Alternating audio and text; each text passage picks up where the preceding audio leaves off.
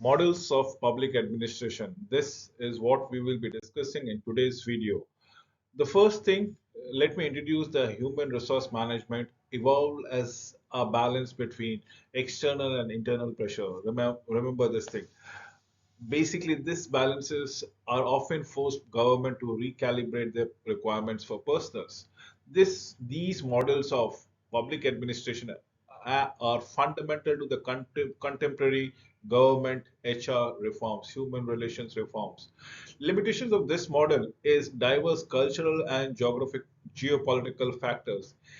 In developing countries and transition economy, varying legacies like colonizations, post-colonialism, and state socialism have meant that when these models are transplanted, some changes have been made.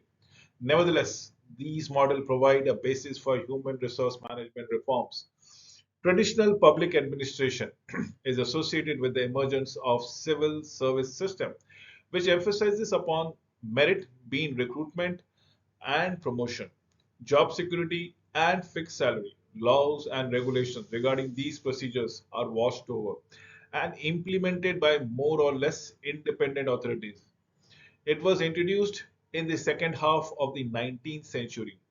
Purpose behind establishing, or should I say institutionalizing, this merit is to ensure that personnel is apolitical and working in the interest of the society as a detached and impartial implementer of the laws and protector of the public interest. There are some variation. Is this Webernerian bureaucratic model of rationalization, functional specialization, and hierarchical organization based on the legal tradition and cultural factors.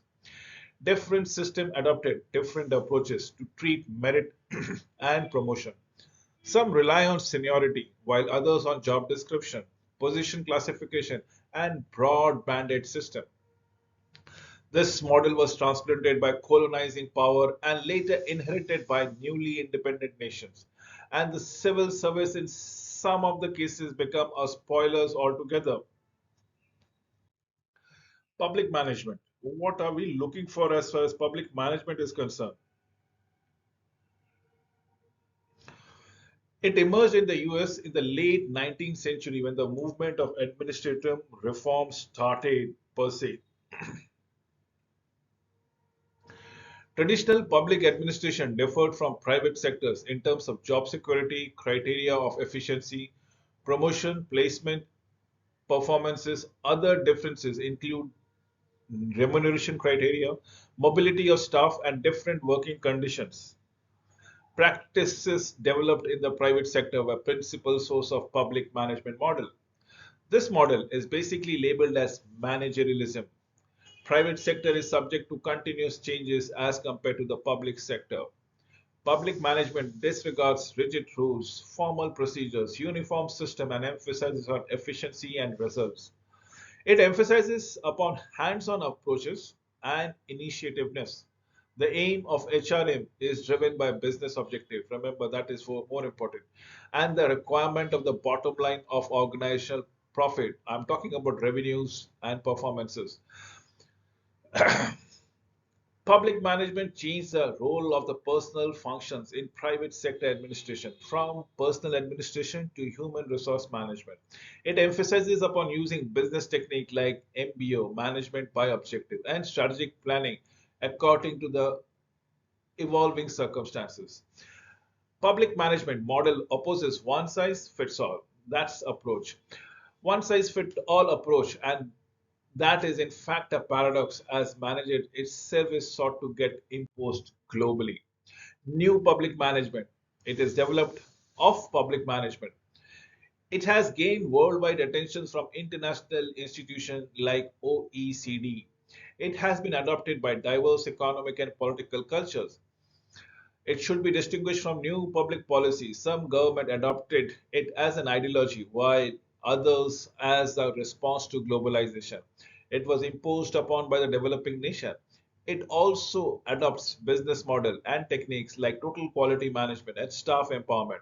It can be viewed as a doctrine and a distinctive toolkit of administrative technique. NPM, non new public management. emphasizes the self-interest should be aligned with the principal objectives, principal agent, and then should be monitored according to the rules and constraint and performance agreement that incorporates the incentives rather than the principle of obedience, trust, and joint commitment.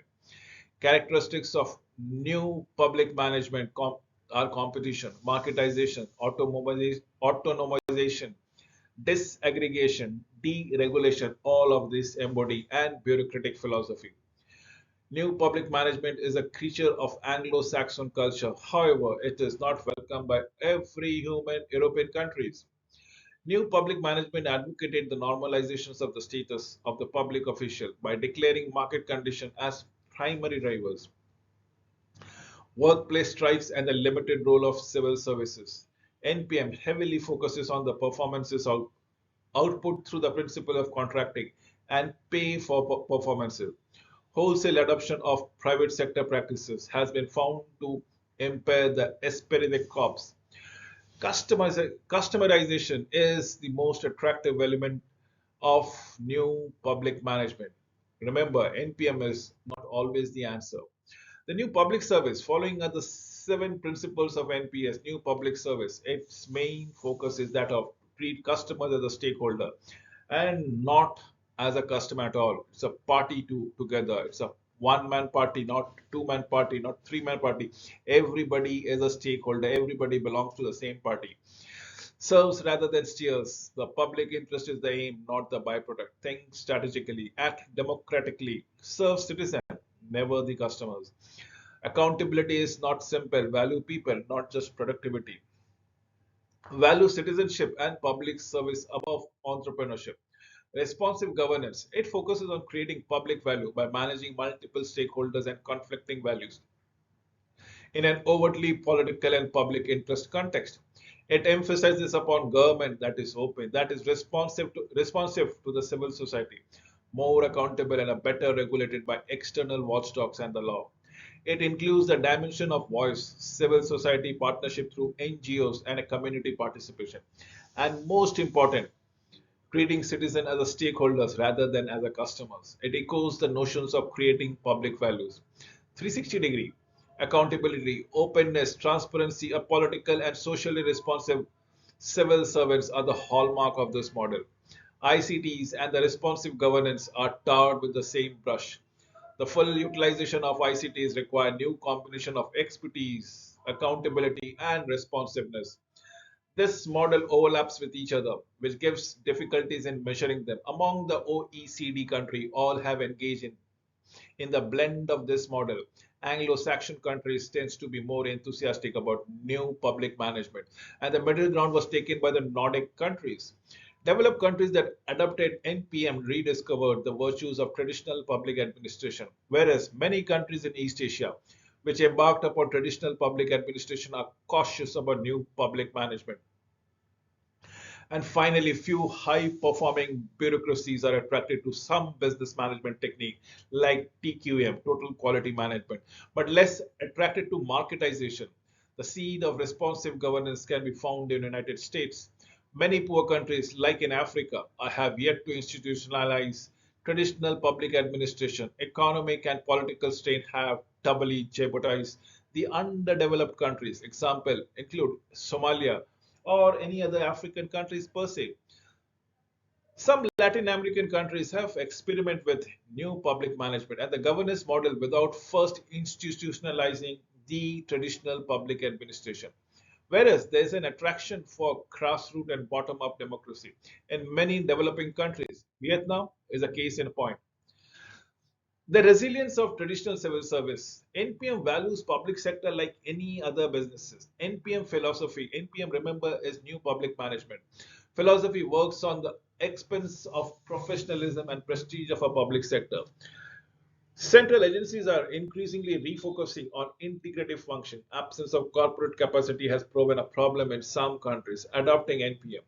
There is no turning back to the prior state of administration per se. Public administration, is it responsive? If so, to whom?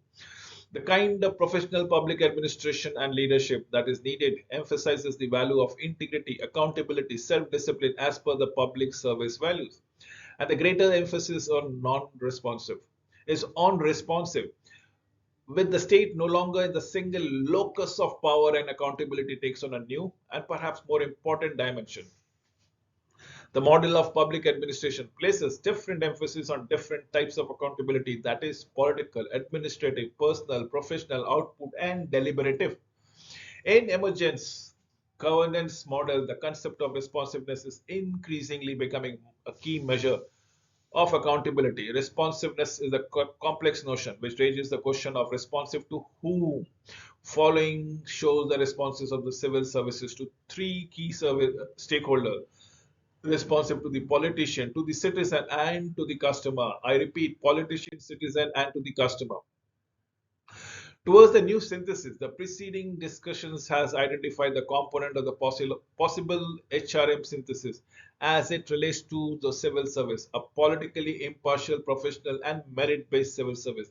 A core guardian agency is exercising these strategic leadership roles altogether. And what else can be done?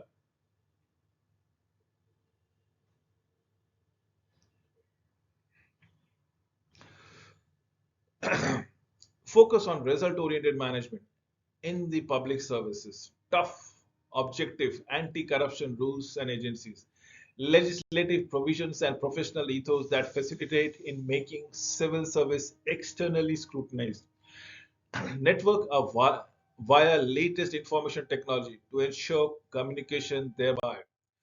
Models of public administration in the developing countries as we go, as we speak.